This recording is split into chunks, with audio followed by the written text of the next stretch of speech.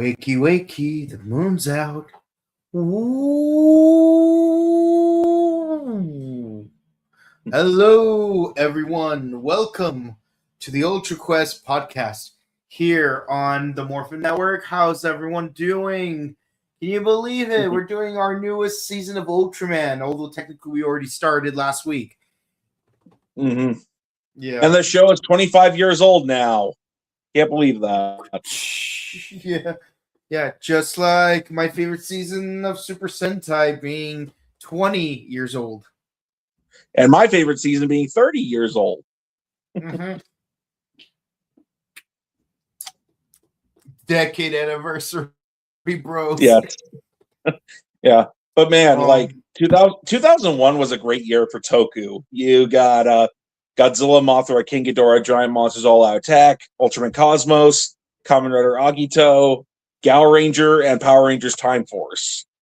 Oh, yeah. No, it was I remember when 2015 was the year of the dinosaurs because you had Dino Charge, you had Dino Force Brave, and two other things were going on. I forgot what it was, but the point is Jurassic World.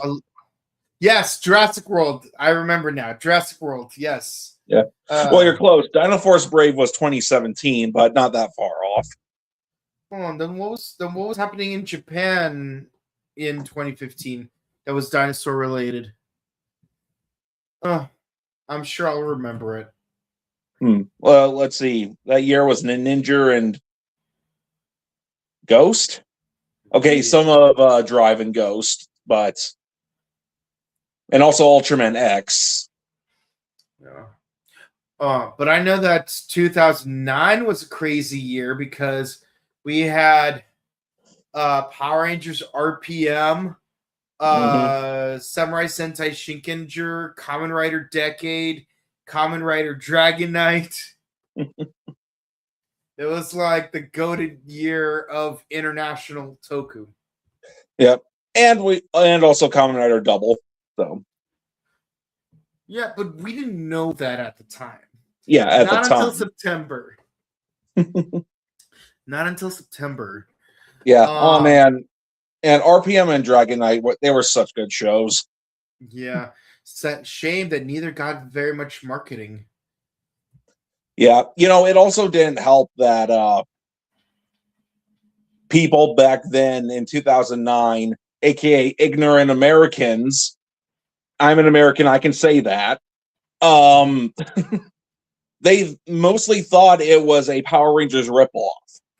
Oh, you mean like VR Troopers, Beetleborgs, Samurai Cyber Squad, Sailor Moon, Ninja Turtles, and Tattoo Teenage Alien Fighters from Beverly Hills? Damn it! Look, I'm pretty sure that the lack of marketing, the executive have an answer for that. There's a simple explanation for that. So Gosei was behind it all along. What it was, I have no idea. Yeah. Yeah, I even remember Dragon Knight came out when I was in high school.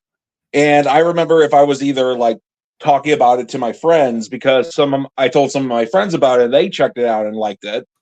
And or even like a few years into high school, like senior year of high school, if I'm talking about Kamen Rider in general, I remember sometimes people would be like, why are you watching the Power Rangers ripoff? And I'm like, oh my gosh.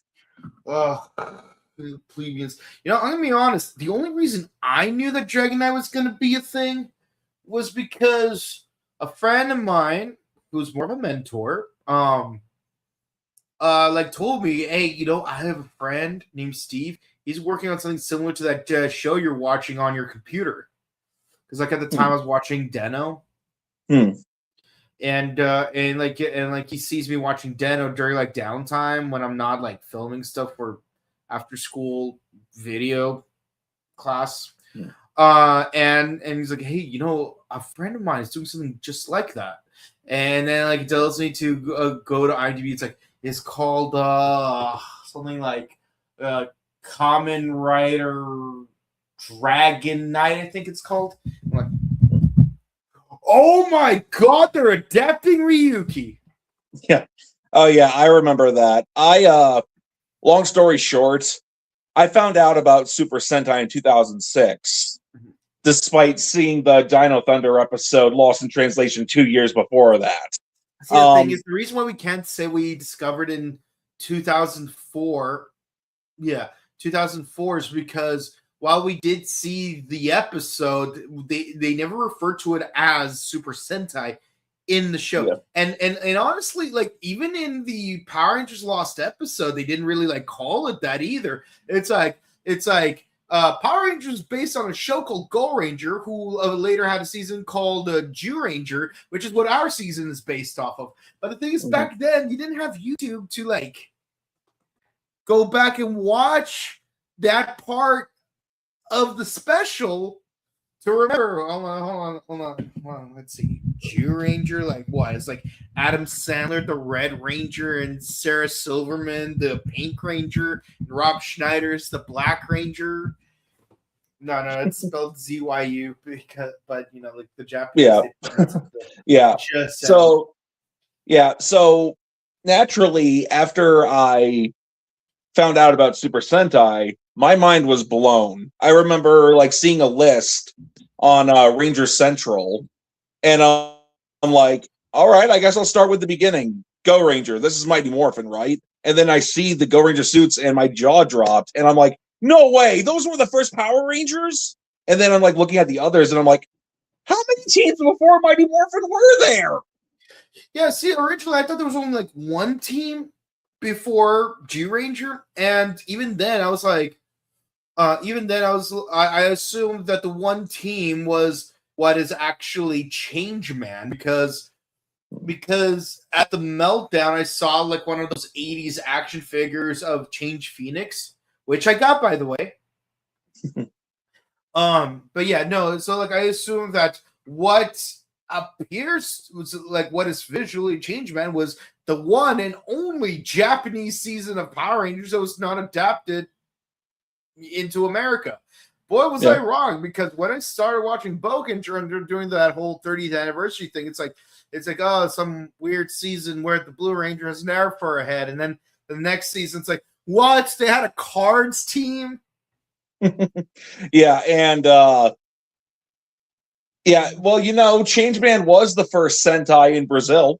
Yeah, and then it's like, what? They're dancers now? And the Orange Ranger's a communist? What's it called? Denji Man. I didn't much care for their designs and whatnot, because I didn't care for rugby at the time. Then it's like Sun Vulcan. I'm like, whoa, why do they look like Marvel superheroes? Because they were. Yeah. Goggle 5, Dynaman, Bioman, and then I see Changeman. Like, this looks familiar. Yeah, I see Changeman, and I'm like, oh, that's interesting. They have white and pink as both of the girls on this team. Interesting. Then, you know, you see Flashman and Mask Man, and then I remember seeing Live Man, and I'm like, oh, I see. Is it like Ninja Storm to where it starts out with red, blue, and yellow, and then green and black come in later? And then turns out I was right. So, and then of course, you know, at first I thought Turbo Ranger must be Power Rangers Turbo, right? Nope, completely different show, completely different suits. Same vibe though. Same vibe though. Yeah. So I'll be honest, Coastal Sentai Turbo Rangers more like Power Rangers Turbo than Gekiso Sentai Car Ranger is. Interesting how that works, isn't it? Yeah, you know, it's a good. Anyways, but yeah, no, like going back to it's hard to keep track. 1999 to 2001, somewhere in that ballpark. Yes, yeah. We're here to discuss the first 5 episodes of Ultraman Cosmos, aka the longest season of Ultraman. Yes, but real quick before that, my original point was got into Sentai in 2006, found out about Kamen Rider in 2007, and then as far as Dragon Knight goes, it wasn't until 2008 that I found out, no way, we're getting an American adaptation of Kamen Rider. Awesome. I swear, it still bothers me that there's no Kaijupedia for this season. Yeah. Yeah, but I do like that the transformation device is called the Cosmo Pluck, though. Yeah, it's supposed to look like a flower blooming. Yeah. Oh, but for me, I just like the word pluck. Pluck you. Mm-hmm. Well, thank you. I appreciate your endorsement. Oh, look, and there's Ultraman Classic with his cape. The mantle. Yeah, I call it the cape of senpai-ness, because apparently certain Ultraman got it before certain other Ultraman. Yeah, and for some reason, maybe it still doesn't have one, and then some of his successors actually do, and I'm like, why, Tsuburaya? Watch at the end of a New Generation Star Season 4, Omega's gonna get his own mantle cape. Yeah, and then maybe this is just going to be like, I give up. Yeah, maybe the mantle was the friends we've made along the way. Yeah. So yeah, Cosmos. Yeah, definitely an interesting entry in the Ultra franchise. You know, like we've got an Ultra. Traditionally, you know, they were red, or at least like at beginning with Tiga, Dyna, and Gaia, they started using other colors on. but still predominantly red. Yeah. Now, granted, yes, Dyna's miracle type is his blue and silver form. Mm-hmm. In Ultraman Gaia, the secondary Ultraman was Ultraman Agul, who was the first full blue Ultraman, but Cosmos was the first series to where the main Ultra was blue. By default. Yes. Yeah, because he does have his fidget spinner form and his laterally symmetrical form. But so when he uses Corona form, is he on the spectrum? Oh, geez. Ultratism. I will defeat you with the power of Tai Chi and autism. Ultra Burger. Yeah, Ultra Burger syndrome. And then we'll have Morpheus from South Park. Yeah, South Park. If it was a real disease, they wouldn't call it Asperger's. That's just mean. Yeah, it's like eat the red pill and you'll have power. If you take the blue pill, you'll have speed. And you're like, omni, ah. Well, wouldn't red and blue be Dyna? Yes, but remember, like when like they did the whole like localization thing with the American filterization, yeah, it's like it looked high-key bluish. They still said in the dub he was purple. Yeah, but remember, I was too busy watching Yu-Gi-Oh! To notice. I suppose. Yeah, it was very difficult to... Was it Yu-Gi-Oh! Or was it Pokemon Advanced Generation? Yeah, it was roughly around that time. Maybe it was Jackie Chan Adventures. Maybe it was Static Shock. I don't know, but it felt weird that like we dropped Galador, we dropped Metabots, we dropped freaking Power Rangers for this guy who vaguely looks like what's his name? D-Drex, yes. Yeah. Like I can never get over that similarity. And I still stand by my question. Where did they get those hot dogs in the first episode? It bothered me to no end for over 20. Hold on. 24 years. Yeah. 24 years I've been wondering where did they get those hot dogs. If Sin Wong comes back this year to Morphicon, that's the first thing I'm going to ask her. Where did the two of you get those freaking hot dogs? Yeah. Although, as far as like the red pill, blue pill thing, it can work for if you take the red pill, you will get a great fight. You will get great martial arts fighting power in Corona mode. If you take the blue pill, you will be able to parry your opponent with Luna mode. If you take the red pill, you're gonna have the punchy solar form. If you take the blue pill, you get the flying Luna form. If you take the purple pill, you end up being trapped in a creepypasta for 4 episodes. Yeah, when I was watching these 5 episodes, it dawned on me. This was aesthetically, at least, it was kind of arc before arc, because he has a lunar mode, Luna, and then a solar mode with Corona. Yes. And then like the cosmic form, Eclipse. Mm-hmm. Yeah, we'll get to that eventually. Yeah, and then there's like an evil copy of him in episode 40. Look, I had to make thumbnails, okay? Partial spoilers are part of the job. I did not watch the episodes, but I know that they're there. Yeah.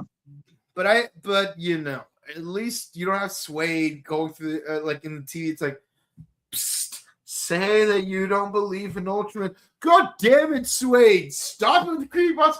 How do you figure it out? Yeah. Anyways, but no, I'm gonna be real with you.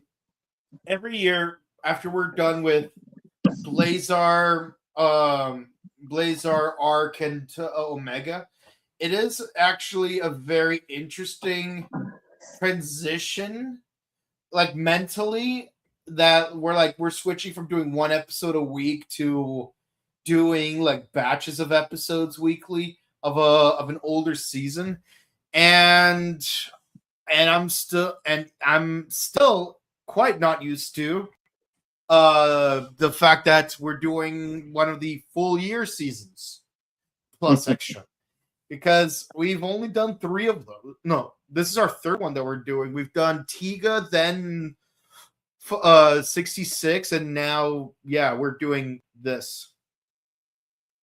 Well, we also did X and Rube, so yeah, but the thing is, those were half-year seasons. True. Yeah, we're very accustomed to the half-year seasons. Like X, Rube, and Zed. It's like you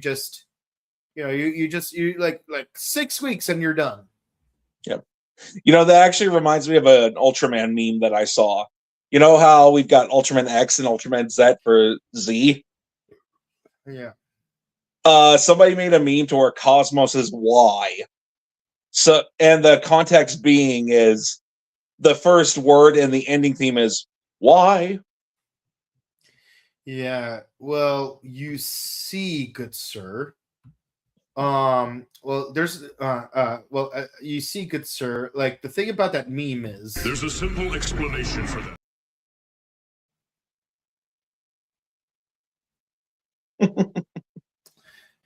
Yeah. But yeah. So yeah. Not gonna lie, though, the vibe is very different. Yes, it's a lot closer to Tiga's compared to other seasons we've done in the past.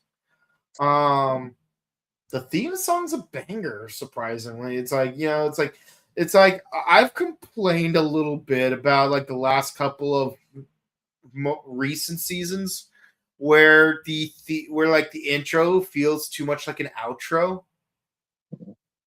Like this is a song that should have been the outro, and maybe the outro song should have been an intro or not. But yeah, the intro for this season actually feels like an intro. Yeah, it's pretty good. I've got an official CD with the openings up to Orb on there. So sometimes I'll listen to Cosmos' theme while driving in my car. And yes, it has Take Me Higher on it. Good luck trying to stop me, Johnnies. Uh-huh. Yeah. Yeah. Come on, baby Tiga, take me higher. Johnny cannot stop our quest. One of these days we'll save Nagano because he is trapped in their closet. Yeah. And then watch an agent from from Johnny's comes over and alters the CD to where it has the 4 kids opening on there instead of Take Me Higher. Oh yeah, so it's gonna be like Searching for Nagano. Searching for man who played Tiga. Searching for Hiroshi. Because he's trapped in a closet. Johnny's closet. We'll find closet. Mm-hmm. Yeah, we will find that closet one of these days. Well, I think we need to go to Japan first, so let's get our tickets. It's like, I don't care if we have to do this like Quantum Leap or Dungeons and Dragons or what's another Quest franchise? Oh yeah, Stargate SG-1. We will find that closet. Yeah. But yeah, I'm gonna go on a limb and say Koji's probably gonna be the guy I'm gonna be really much a fan of.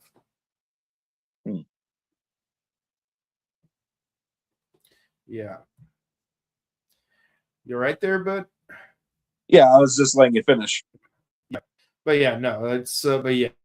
And I'm guessing Fubuki is the Shinjo of the season.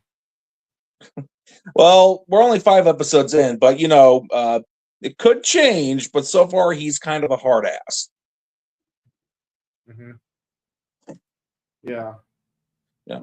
I also love how the Captain of Eyes is Yusuke from Live Man, aka Red Falcon. Yeah. Yeah, no, it's really cool that that's a thing. Yeah. Oh, so Tsuburaya raided Toei's closet long before Omega. Yeah. Funny how that works out. Yeah.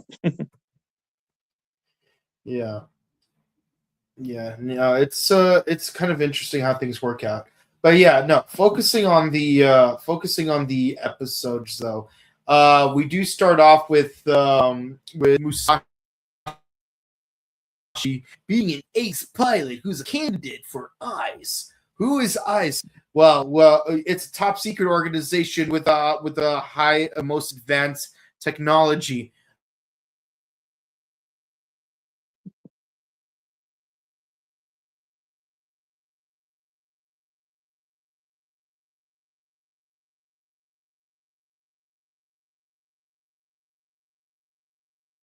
Who?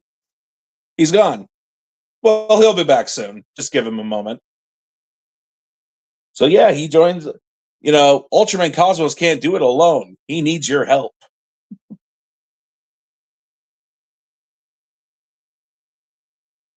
So yeah, he is a pilot and he's flying around and he's got that little blue gemstone thing that he got from Cosmos and he can swing it around. And it apparently, shoot, what was the name of the kaiju? Ladorius? It was something like that. He likes the sound of that. It's this big bird kaiju. So,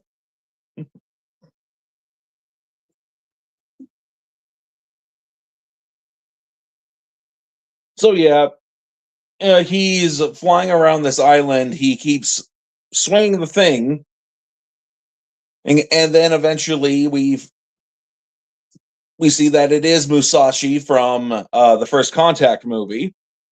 Oh, good. I think he's back now, or will be in a second.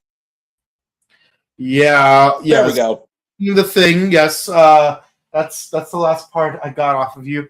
Yeah, because and you're probably wondering, like, if you've never seen the movie because you're watching it live, you're probably thinking, "Oh my God, what is that thing?" But yeah, no, it's it is a thing from the movie, which you won't see until after episode 4. Yeah. So that's kind of a point of contention to have to deal with, but it is what it is. Also there's something about like fireflies attacking Futsuba's hometown. Wait a minute, I got my notes mixed up because apparently when you watch the show on Tubi TV, they play episode 5 as episode 1. and then they skip episode 5. That's so weird. It's kind of sad. It's sad when, fans can do a better job of like doing the chronological order. Yeah. Yeah. Thankfully, the actual Shout Factory DVD does them correctly. Well, Milk Creek. Yeah, sorry, Mill Creek. I'm sorry. Sorry, it's like because I associate Tubi with Shout Factory. Yeah. Well, to be fair, Shout Factory did release the DVDs of Ultra Q and Ultra 7 like little over a decade ago, although they were under Chio, but that's old news. Yeah. It's weird when things end up being owned by someone else and like you're super confused. Like say when your video editing software stops working. So you're thinking, oh, I'm just going to uninstall and reinstall it. I just got to go to the website to get my product key in order to reinstall it. But then it's like, why can't I find it at this website that I've clearly been using every time I have to do this before? Because it turns out the product was bought out by another company. So you have to go to that company's website instead of the original company you bought it from. It's like your username still works. The product key is still there, just on a different website. It's like Mario. Your pass key is in another website. But yeah, no. But for real though, it's like so he wants to join Eyes. Why does he want to join Eyes? Yeah, well, obviously, if you've never seen the movie, you'll never know. Yeah, but he wants to join it because Red Falcon is there. Yep, Red Falcon. Yeah, it feels so weird because like I'm watching the season, I'm like, why does that guy look familiar? Why does he feel familiar? It's like, oh, that's right. Now I remember why he feels familiar. It's because I actually met him. There we go. Yep. Yeah. Because I actually met him. But, it's like his hair was a lot more orangey orange back then. Yeah, orangey orange, lemony yellow, wildberry blue. Mm-hmm. Yeah. But yeah, no, it's but with that in mind, our hero is like trying to join Eyes because as a kid, insert Van Halen reference and we're done. Okay. But yeah, no, it's and it's like, oh, we got a mission because our bird kaiju turned evil all of a sudden. There's a reason behind it because these little glowing specks of light from space, and apparently they're virile. Yeah. They're virulent. So they're Vanguarding Vice. Yeah. So if it's light from space that takes over a creature. Yes. Yu-Gi-Oh! GX. Yeah. Oh no, it's Sayo all over again. I beat you to it, didn't I? I guess so. Yeah. Oh, it could be worse. At least it's not juggling thing or barosing things or other stuff, Yeah. But yeah. Yeah. So thankfully we don't see Shark in this batch of episodes. Can you imagine? Yeah. Shark was still around. Those sharks with the jets again. Yeah. Maybe they got disbanded or maybe they'll be brought up again later in the show. We'll see. Hopefully fully disbanded.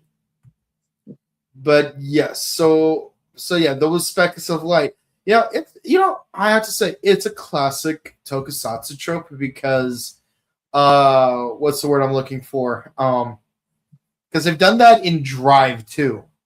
Mm-hmm. Yeah, and in Zets, if you really think about it. But yeah, it's a very short episode. Main character tries to gets on one of the Eyes fighter jets, and he's like trying to do the swing the thing around. I swear, there's gonna be a meme at some point. In order to calm it back down because of sound, it makes it feel more calm. But somehow it doesn't work, and then he's basically knocked out, and he has that unconscious out of body moment that every Ultra host undergoes. It's like, remember when you were a kid? If you don't, you'll remember in a few weeks. Yeah, they actually do show some footage of when Musashi met Cosmos before the prequel movie comes out. Yeah, so I wonder, did they film the prequel movie first and then just air the TV show for a few episodes and then actually show the thing? I don't know. Because if that were the case, couldn't you just do the movie first and then do episode 1? But yeah, so it's like, you're having an out-of-body moment. We're going to be reunited. You will become me, or rather, I will become you. Yeah. And, the way he becomes Cosmos, it feels like a combination of how Hayata and Daigo became their respective Ultras. Yes. He's in a ship, fighter jet thing. Yeah. And then, it's about to crash, but at the last moment, he merges with Cosmos, like how Daiga merged with Tiga. And then he's in that ultra purgatory space thing like Hayata. Mm-hmm. Yeah. In short, there's a simple explanation for that. I swear I gotta get a longer version of that clip. But yeah, so yeah, those sharks with their jets show up. And basically it becomes evil. But yeah, so with that out-of-body experience, he becomes Ultraman, Cosmos, and everyone's like, oh my god, it's an Ultraman, just like X number of years ago. Or was it a Z number of years ago? I can't keep track. Yeah. Wow, it's that big blue Ultraman that showed up 10 years ago. 4 weeks from now. Uh-huh. Oh, wait. You remember that? Yeah, you'll remember it too in 4 weeks. Yep. It's like that scene in Chalk Zone to when Rudy becomes dumb from the plunger and they ask him, when'd you think of that idea? I don't know, tomorrow? Mm-hmm. Yeah. But yeah, so like he uses what is basically like a type of X-ray vision to see the viral particles inside of, it's called Chaos Head or something. Like, wait, so did Gosei create this virus? There's a simple explanation for that.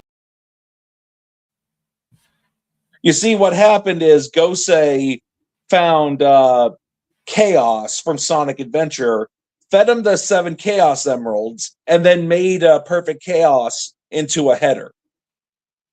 Mm-hmm. Oh man, can you imagine? It's like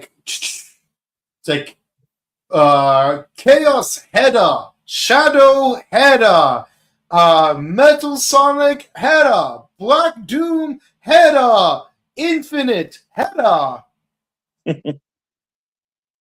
Yeah. But yeah, no, like he basically cleanses our sweet precious Boyd, and yeah, Cosmos has the reputation of purifying kaiju rather than destroying them. Yeah, he's like, whoa, that's a freak experience. Left me sweaty, and then it's like, hey kid, you want a cool blue uniform?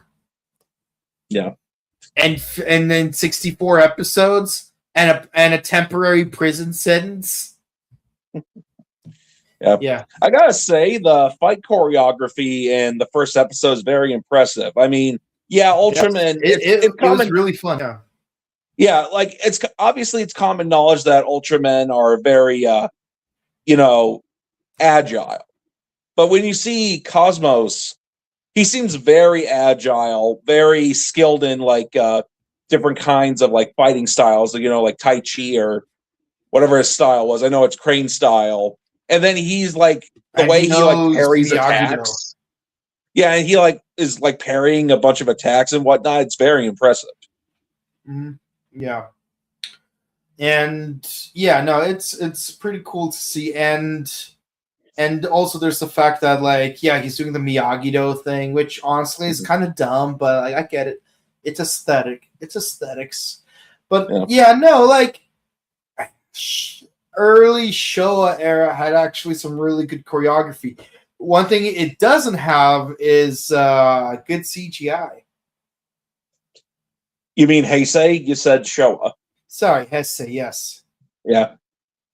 Yeah, like I kind of just, let it slide considering the time, but yeah, practical effects definitely look way, way better than like early Heisei CGI. Yeah. And it's not just like with early Heisei Ultraman. As much as I love Kuga, and I think Kuga is a fantastic show, the CGI in Kuga does not look very good. Yeah. Yeah, it like you think it looks good when you first see it because like you're in the 2000s.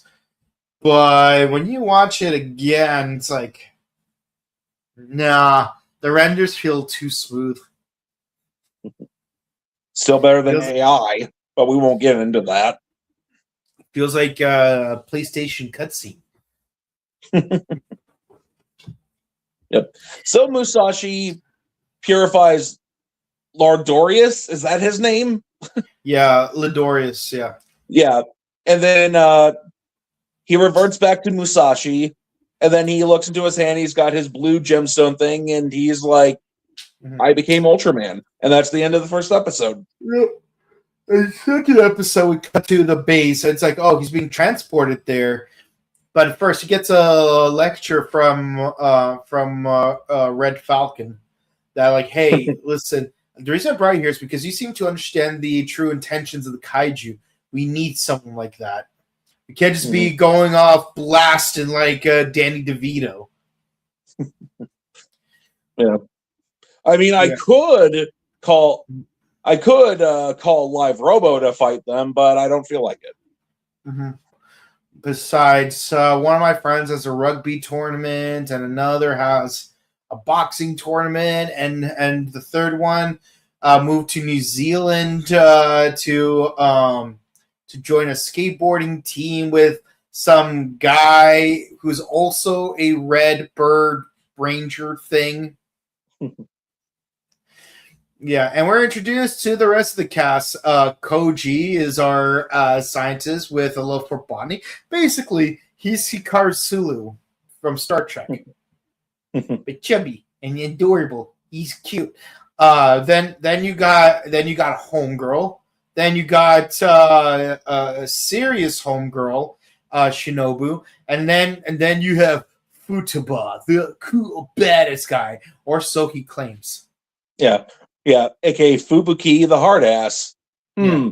Would 4 Kids change his name to Atticus? Oh, jeez.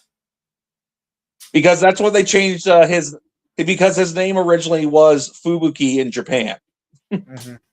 Yeah. Anyway, so it's like, I'm cool. If you weren't around, I'd be the main character. But unfortunately, for some reason, you're the main character, and I have to sit idly by. I got to get a new agent. Yeah, look, it's early essay. I'm going to make 4 Kids jokes if I can help it. So right off the bat, Musashi and Fubuki do not like each other. But we don't have time for that because we got a job to do. Because the kaiju of the week is showing up. Golmede, who's got a pretty interesting design. It does. At least I think so. It does. They could have just done another Jiris look-alike, another Gomez look-alike, another Red King look-alike. Yeah. another Gomorrah lookalike, but no, they actually got an original Dino Kaiju of the week. Yeah, but yeah. So and I'm gonna be honest, the logo I still can't get over how it looks, like the spinners from Hurricane. I can't get over that. Oh, wait, the logo. Wait for eyes. No, or not the eyes. title card Cosmos. The SRC, the SCT. Yeah, SRC. Yeah, SRC. Like their logo look way too Ninja Stormy. And Cosmos came out a year before Hurricane. Mm-hmm. And yet somehow the Wind Ninja Academy logo is like right there at that one building in if I recall, Melrose and Fairfax. Like that still bothers me. Yep. No. I also realized that Gal Ranger, like I said, aired the same year as Ultraman Cosmos. And then they got Red Falcon back for Gal Ranger versus Super Sentai, so it's like I'm at both Sentai and Ultraman this year. Mm-hmm. Yeah, a lot of birds this year. Yeah, like we get into it's like, oh yeah, there's like a virus, and apparently that virus is also infecting this kaiju, and then we have to be reminded, hey, here's a question: why? Like, what's going on here? Why are they being uncharacteristic? Oh yeah, and of course our main character got shot down, so it's like I gotta use this special pistol that I'm going to slowly set up, very slowly. Look, I have to say it slowly because Bandai told me to. Because suit up sequences are cool. But thankfully, our bird kaiju from the previous episode runs assistance. Mm-hmm. Yeah, so yeah, it's like, oh, he's helping out, but no, now he's getting beat up. Don't you know, kaiju shouldn't be fighting, not like this. And he's trying Ladorius, run away! This isn't a poached ego from Pokemon. You can't just release Arbok and Weezing. Mm-hmm. Yep. Yeah. So eventually his blue gemstone becomes the Cosmos Pluck, and then we've got Luna, Corona. Oh, that sounds terrible. Yeah, Eclipse. Yeah. Yeah, and Musashi has to learn, you have to shoot at a kaiju. Yeah, but yeah, so he gets the new pluck thingy, and then like he fights against the kaiju as Ultraman Cosmos, and now everyone can see, he's like, oh my god, it's another miracle, and then it's like, it's fidget time. So he Pepsis himself into Corona form. Pepsi Man. Yeah, and so his Corona form, it has more physical strength at the cost of some agility. So basically, Omni, pow. Speed. Well, before he becomes Corona. He did purify Golmede, I mean. And at first it works, but then Chaos Header decides to be a troll and then make a second one. Make an evil clone and presumably kill the original. That did not make much sense, to be honest. Yeah. So then Cosmos, seeing that it's a clone, has no qualms with blowing it up. Yeah, like he just straight up ultra kicks it. And it shatters into a million pieces. Mm-hmm. But yeah, so all's well that ends well in episode 2. And everyone's like, hey, we're a team. Like, let's welcome our new member. It's because of Musashi's influence that we're able to to get samples and stuff, and like maybe we should just learn to like be nice to kaiju instead of just blowing them up. After all, we're not them sharks with the jets. Yeah. Besides, why do we fear Godzilla? Why don't we just be friends with him? Bum, bum, bum, bum, bum, bum, bum, bum, bum. I left Tokyo for this. Yeah, I'll never get over that one joke from Inspector Gadget. Yeah. Now I'm wondering, what if Ultraman Cosmos fought against King Ghidorah and he purified him? What's up? Oh, I said, what if Ultraman Cosmos fought against King Ghidorah and purified him? Ooh, that'd be interesting. Was there ever a movie where King Ghidorah was the good guy? Yes, and coincidentally, it came out the same year as the show. Godzilla, Mothra, King Ghidorah, Giant Monsters All Out Attack. What? I kid you not! Is there anything 2001 didn't have? Oh, we also had Sonic Adventure 2 that year. Oh my god. So, and let's see. Cosmos is blue, so I guess when him and Justice team up, they should play Live and Learn. Yeah. Yeah. Live and learn, hanging off the edge of the Ultra. Live and learn from the planet of light. Yeah, it's interesting how that was the one time King Ghidorah was actually the good guy. Oh my gosh. Yeah. Was in Giant Monsters All Out Attack, because the Millennium series was basically an anthology series for the most part, where each movie was standalone, but used the original movie as a backdrop. So in that movie, the roles for Godzilla and King Ghidorah are basically reversed, to where Godzilla's the bad guy because he's actually basically a zombie Godzilla filled with the spirits of the dead soldiers from World War II punishing Japan, and King Ghidorah, Mothra, and Baragon are guardian monsters trying to stop Godzilla. Yeah. Yeah. So episode 3, we got Musashi complaining about having to do cleanup duty. It's like, oh, come on. If Trent Mercer had to do it, you got to do it too. But his show wasn't made yet. I don't care. But, Koji tries to be a good sport about it. It's like, listen, man, like, I had a hard time with this too. I know you can do it. Yeah. Yeah. And then an alarm goes off and another kaiju shows up. Oh, yeah. And this time, the kaiju is... Who's that kaiju? Dun, dun, dun, dun, dun. It's Spittle! Yeah. Yeah, I'm going to be honest. Not having the Kaijupedia makes reviewing the show a little bit more challenging compared to, like, other seasons I have on DVD.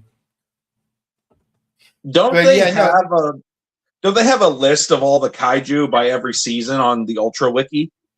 Yes, but they don't have pictures next to them. They just have them listed.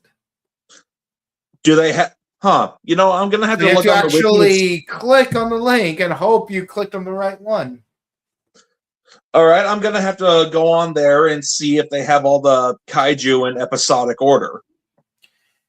Yeah. Yeah. I wish I had an updated version. Or, one of these days just buckle down and make an actual national kaiju dex. With regional we could do that. We could do that. We can make our own Ultraman book. Yeah. We just need Tsuburaya's permission. Yeah. But yeah, Spittle is, let's just say it's a very unsettling looking kaiju for reasons that let's just say it's unsettling looking. But the weird thing is it's a nocturnal kaiju that's out and about during the day. So why? So Musashi tries to be like, Cosmos, Atem, artist formerly known as Atem. Up and away, Cosmos. Fly, Cosmos. Shazam, Cosmos. Billy Batson, Cosmos. Mm-hmm. By the power of Cosmos? By the power of Cosmos? Oh, yeah. Cosmos. Oh, yeah. Ultra Cosmos. Give me sight beyond sight. Cosmos, transform and roll out. But yeah, no, like this blunder, like just immediately cuts to Futaba just like punching him in the face. Mm-hmm. Yeah, it's like you made a total fool out of all of us, and some of us could have gotten hurt. What's wrong with you, Musashi? Listen, Musashi, like you may be a newbie, but you still done goofed, so you're gonna sit out on the next mission. Yeah. Yeah. And then Red Falcon's like watching himself, it's like, hey, listen, I know you're having a hard time, but you know, when I was your age, 3 of my friends killed 2 of my other friends and then turned into evil aliens. And then me and 4 other of my friends, we had to kill those 3 friends of mine that killed the other 2 friends of mine. Well, remember, Dr. Obler actually turned over a new leaf and redeemed himself and lived. Yeah, but the point is, get over yourself, Master Mac. Yeah. So, yeah, no, like, basically, it's like we after this prep talk, it's like, listen, what are the kaiju's intentions? That's why I brought you here. You have to understand the intentions. And then, Musashi goes to that kaiju petting zoo that he worked at earlier. It's like, oh, where's my sweet baby birds? Like, oh, he's hibernating in a cave because when we update our security systems, there's that low humming noise. Oh yeah. Wait a minute. Sound waves. That's it. Yep. That doesn't make that's not a very sensical transition. Yeah. Yeah, apparently the airplanes are tracking him out. And I'm thinking to myself, airplanes in 2001. Yeah. Yeah. It doesn't help there's 2 giant beings in between that airplane. Yeah.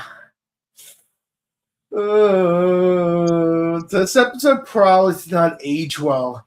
And probably a lot of things in the season probably didn't age well either, but we'll get to those probably.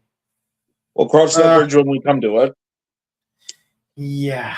I mean, to be fair, though, yeah, but this episode aired a few months before that certain event. Yeah, just like how the movie Chase with Charlie Sheen and the movie Naked Gun 33 1/3 featuring a certain football player both aired 2 weeks apart from each other, 3 months before a certain event that connected both movies to each other. Yeah. Weird how things play out. Yeah. But yeah, no, it's but yeah, so Musashi's like, it's like, if I react to the noise of the jets, so like, really? You just noticed the jets? Got those darn jets with the sharks. Yeah.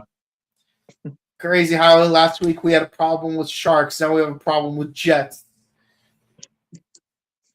Is there no end to this East Side story? Although, if we're going to be very proximal about it, the East is to the west of us. Yeah. Yeah. Yeah. So he turns into Cosmos. more impressive fight choreography, and also it could peel its yeah, skin off. Yeah, it's like Gabara from the original Ultraman, where he's got like that face shield thing, and then he can like open it. Yeah, but this feels a little less pleasant to look at. Yeah. Oh, and he can also shoot out acidic sludge from his mouth, I guess. Yes, but when he's covered, it just does not look right. Yeah. Yeah. What's sludge gonna do to us? Oh crap! It's acidic. Yeah, but also it's like the overall body shape of this thing. While firing that acid just looks wrong. Very wrong. I want to put this episode in the back of my mind. And never acknowledge it again. Exactly. Yeah, the only good thing about this episode is that Koji was a real bro here. But yeah, so yeah, saving that one plane. Again, 7 months before. Go to my happy place. He's able to open his plug changer. Happy place. And then, like, he's able to, like, fight it, and it comes out of its thing. It looks like a platypus. It doesn't do much. And then they base. Oh, and also he can do the mirror move thing that what's his name, Arc can do. Well, yeah, a lot of Ultramen can do a barrier attack. Not gonna lie, I actually do wonder, how did they do this? Because at one point the Spittle and Chim Chim, Spittle shoots out the acidic sludge, and even though that's a special effect that they're using for the barrier, I'm thinking, well, okay, how did they do that to where that's a special effect, but they're still getting it, like putting actual like fluid on there and having it go down it like an actual fluid would? Maybe the fluid was also a special effect. Didn't look like it. Maybe they're just that good. Maybe they exhausted their entire CGI budget on making the fluid look realistic, that everything else had to look like a PS2 effect. Yeah. Oh, you mean like why they couldn't use Gatsukiriba that often? Yeah. But yeah, no, it's I was gonna talk about Johnny Young Bosch's hair, but yeah, so they basically lull it back to sleep. It's like, oh really, that's all it took. Okay, well, all's well that ends well. Oh, by the way, Musashi, still gotta do housekeeping. God damn it, why? Also, everyone's drinking what looks like Surge. Yeah, I miss Surge. That was a tasty beverage. And I miss Nesquik banana milk. Oh yeah, the banana milk. So good. Was delicious. Yes. All right. Episode 4. A bunch of kids find a toy. Oh no, is it that episode of Ben 10 and to where that one alien toy was on a rampage and then it was recommended not to ages under 3 million years old? Oh yeah, I forgot that was an actual episode. Mm-hmm. Yeah, so we go to so basically three typical average kids find a meteor. They decide to, just by chance, they try to play with it, and then it tries to destroy the world. Big bad Ultraman. Big bad Ultraman. Like, no, more like big bad child's doomsday weapon.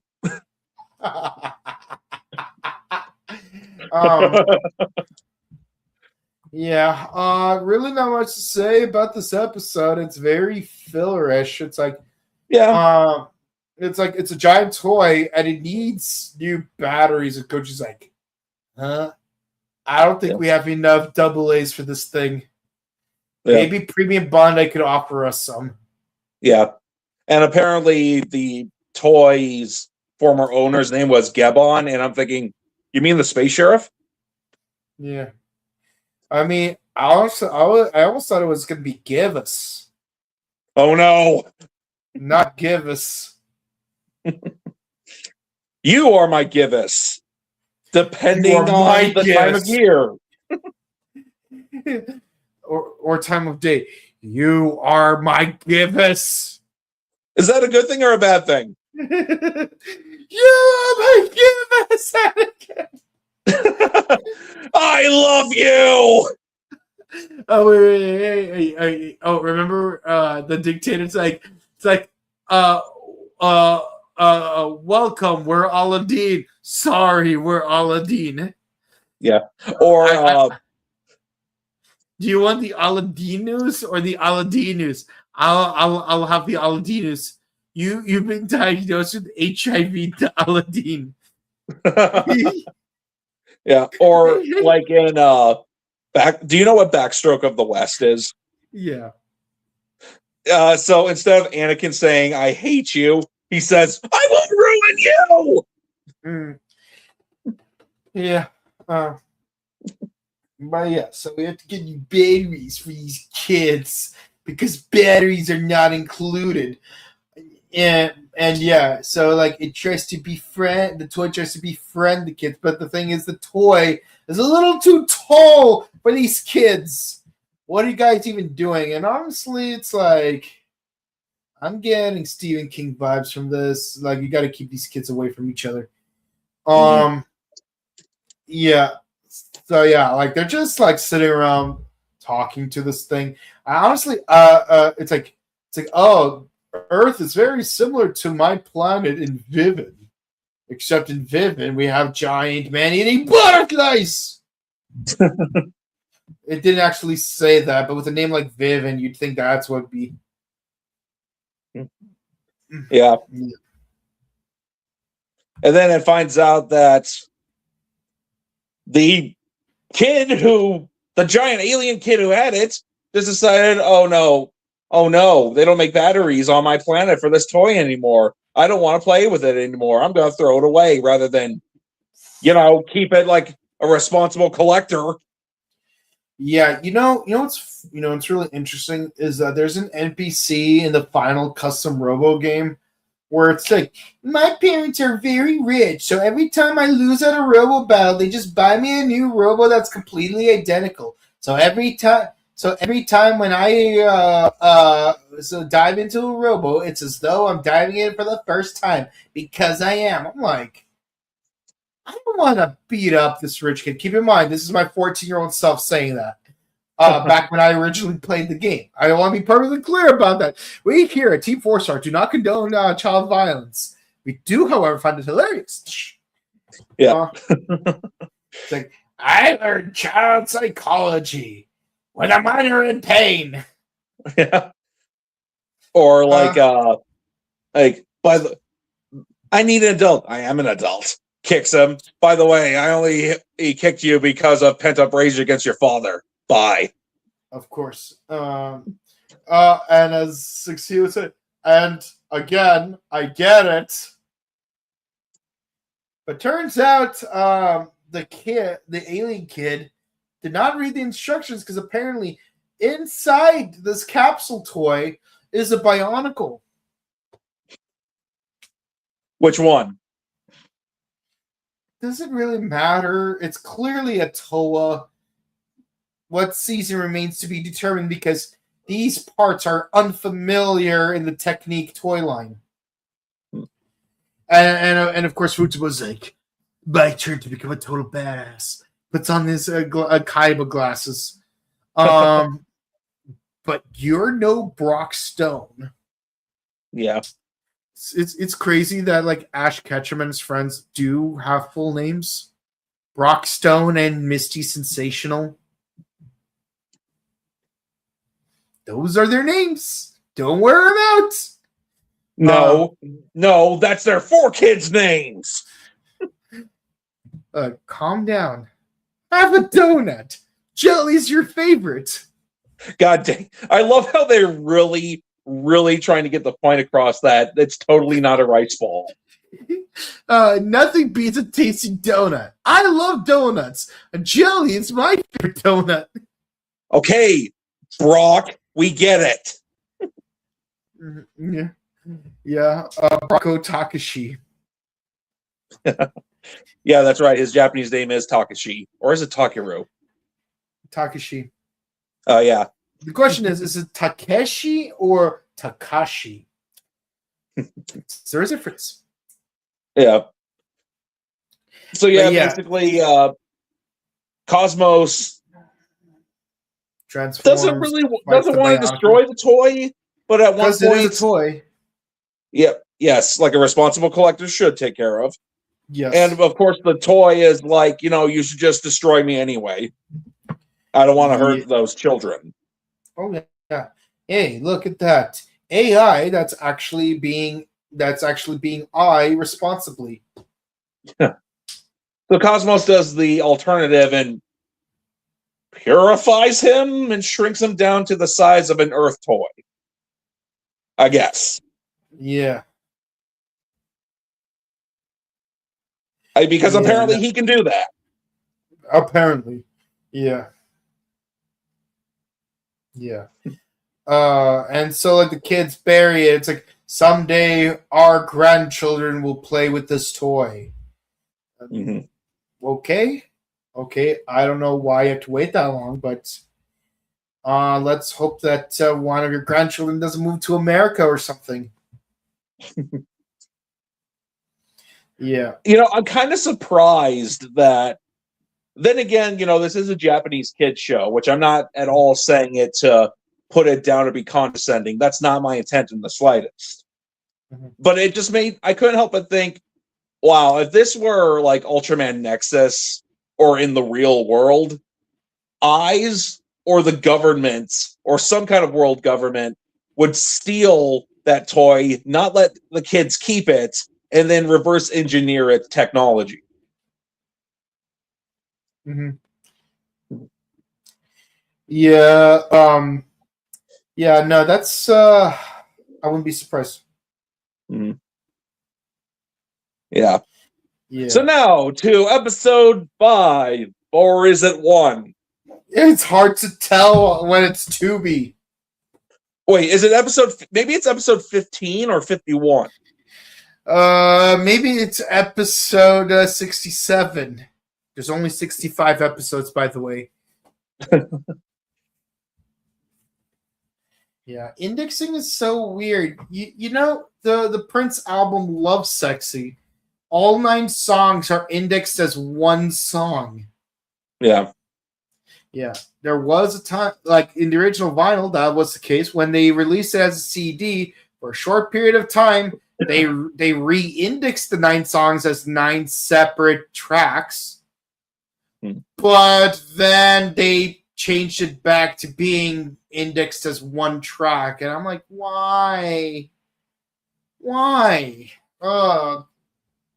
It's not a bad album, but like, again, why are you indexing it like that?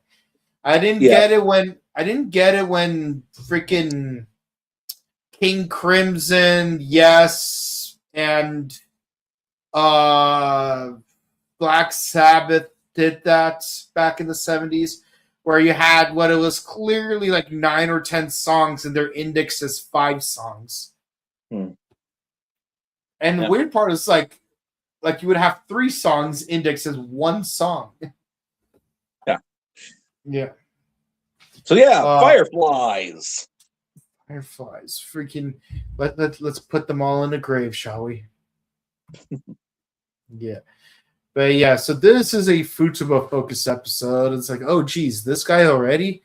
When did Shinjo get his first episode in Tiga? It's been a while. And so far I much prefer Shinjo, to be honest.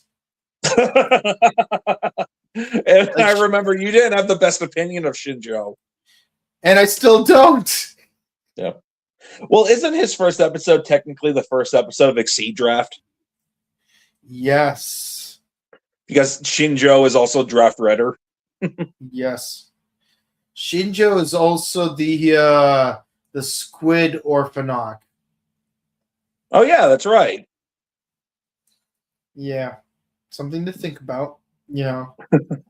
But yeah, so basically they're these fireflies and they chew through car parts, except for the tires.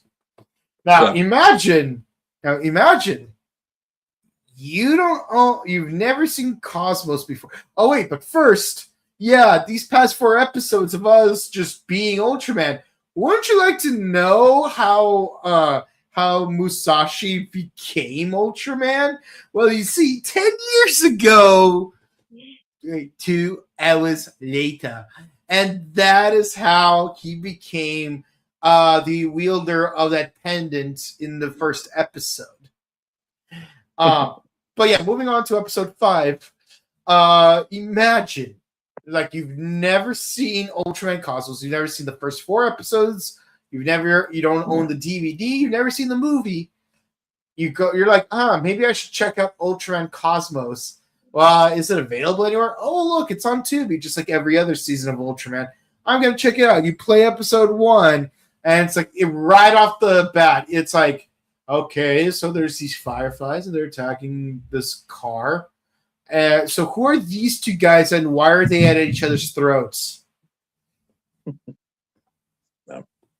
Oh gosh, it's like that. It's like when Nickelodeon aired the 3rd episode of Samurai. Yes, it's exactly like Samurai. Yeah. It's like, what is going on? Who are these people? Why are they doing episode 3 first? But yeah, Red Falcon sends Musashi and Futaba to Futaba's hometown because it's hometown. This is his obligatory episode. This is his Rena moment. Except is he gonna develop feelings for Musashi? All I can think about now is Musashi. And no more lipstick and dolphins for me, or high heels or pearl necklaces. Yeah, and then when Red Falcon hears about no dolphins, he just gives them a dirty look, like, I had a dolphin on my team, you know. Yeah, a literal dolphin. And one of my friends got to pilot 2 dolphins. Yeah. They were robotic dolphins. And they become the legs. Yeah. So yeah, you got everyone like trying to figure out what kind of relationship these 2 truly have. It's like one guy is spring, the other is summer. And it's like, no. It's more like one is sunshine and the other is the wind. You gay? Yep. Gay. Yeah. No matter how you try to, it doesn't matter how you try to like weave your way out of it. There's no escaping the yaoi trap. You could be my wingman anytime. No, I don't want to be your wingman at all. No, we're not doing that joke. No homo, right? All of the homo. None of the homo. I'll have certain amounts of homo, just not with you. Yeah, and then Musashi is just like, but we rode around Priscilla, Queen of the Desert, together. Yep. You have me confused. You are not Hugo Weaving, and I am not Guy Pearce, and Red Falcon is not a transgender Terrence Stamp. I'm sorry, what? Oh, you know, the movie where like the 3 of them are like riding on that van together. I see. Yeah, Priscilla, Queen of the Desert. It's one of Maximilian Pegasus's favorite movies. Yeah, I love the way they explain how dry works. Yeah, so you put on makeup and a dress and you lip sync to a popular song. You don't even get to sing it. No. Yep. Ooh, spoken boy. Well, one of my favorite. one of my favorites is Kaiba Boy, Pegasus Man.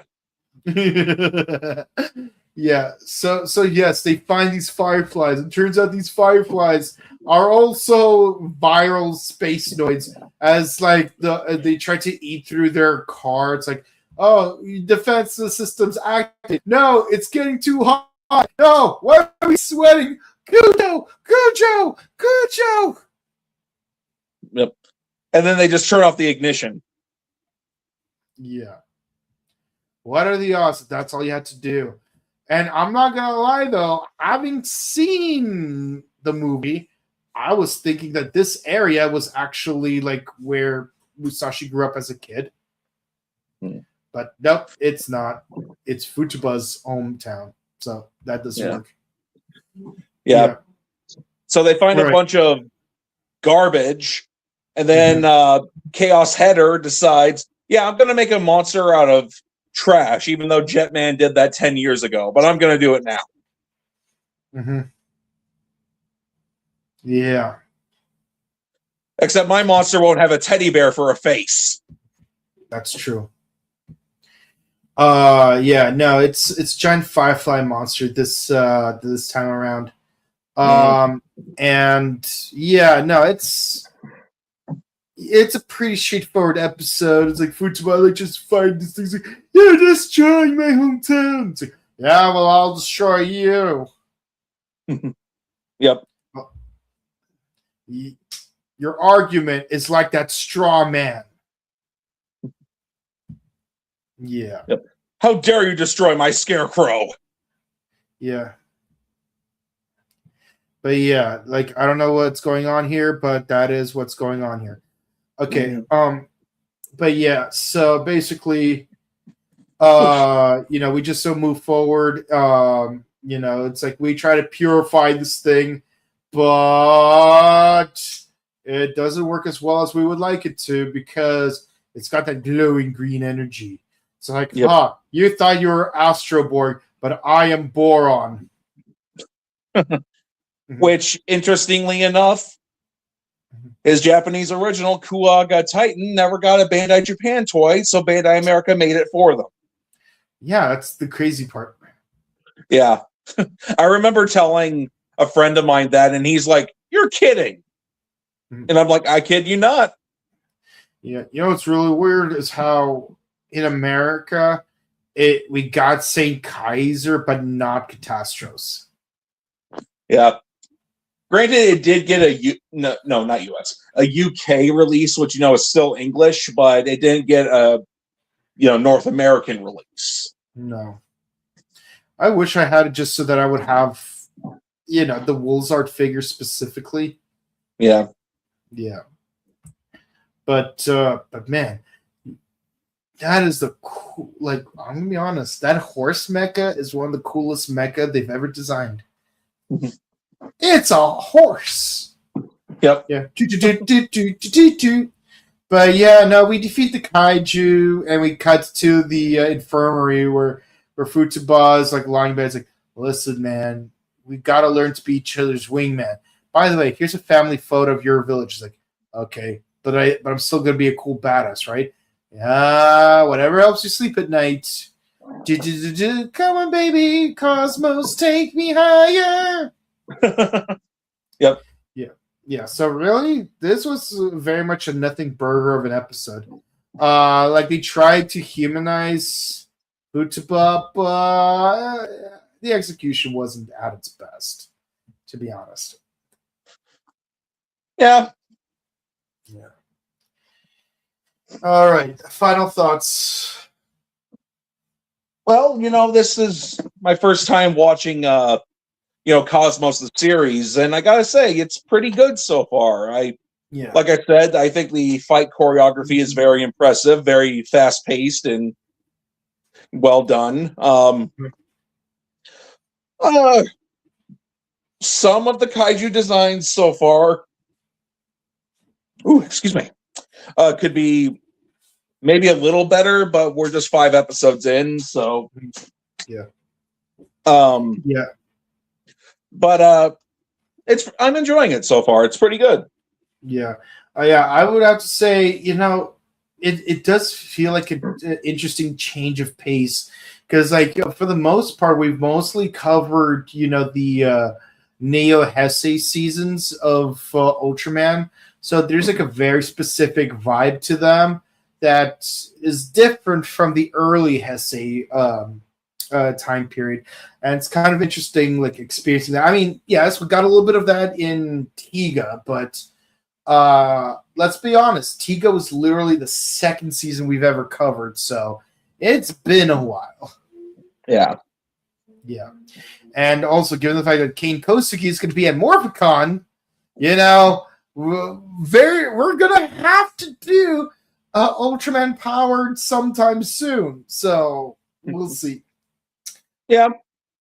Oh, just wait. Ultraman Powered has the reputation of the kaiju designs are very impressive, and they are. They look amazing. They're actually kind of creepy trying too. to make the thumbnails for those is really but unfortunately, it has the worst fighting choreography out of all the Ultraman series. Oh, jeez. Yeah. But yeah, so yeah, I have to say, I have to give these episodes 10, 8, 6, 7, 8. Yeah, let's see. 8.5, 9, low 8, another 8, and then I guess another 8. All right. So let's go into the comments. Yeah. Yeah, I don't want to remember episode 3. Yeah, me neither. OMG by Uncle. Yes, by Uncle. Yes, cool because when he becomes Corona mode, it is Cosmos, Toa of Space Fire. Yeah. But geez, you're really invoking King Joe from Zed. All right. Well, that's that it is what it is. You know how the military organization is going to be in every Ultraman series ever. But if you enjoyed it, please be sure to comment and like, subscribe to us on YouTube, Facebook, Twitter, Instagram, ding the bell icon to stay notified for our latest videos where we discuss all things Tokusatsu, Ultraman, Cosmos, number 1 Sentai Goju. There are only 2 episodes left. Tojima Tanzabara wants to be a Kamen Rider. Kamen Rider Z, which is coming up later tonight. And Kamen Rider Blade. We hope you guys enjoyed. Check out our sister channel, The Buttery Show. We discuss all things movies, TV shows, vlogs, and interviews. We just recently posted our vlog for our Pasadena Comic-Con 2026, and later this week we will upload the first of the 4 interviews that we made at that convention. Let's just say that the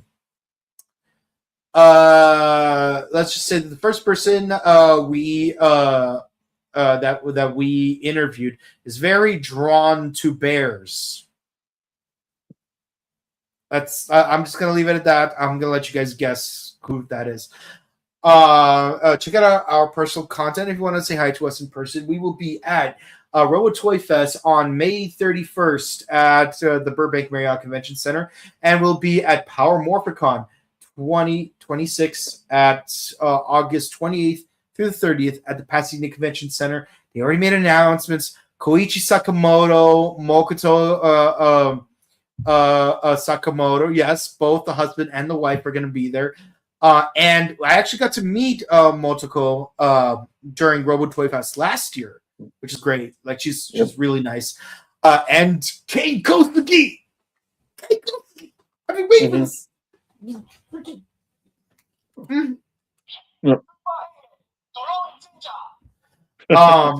But yeah, with that in mind, we hope you had a great start to your week. We hope your week continues to be excellent. We'll see you again real soon. Have a good one. Bye. Bye.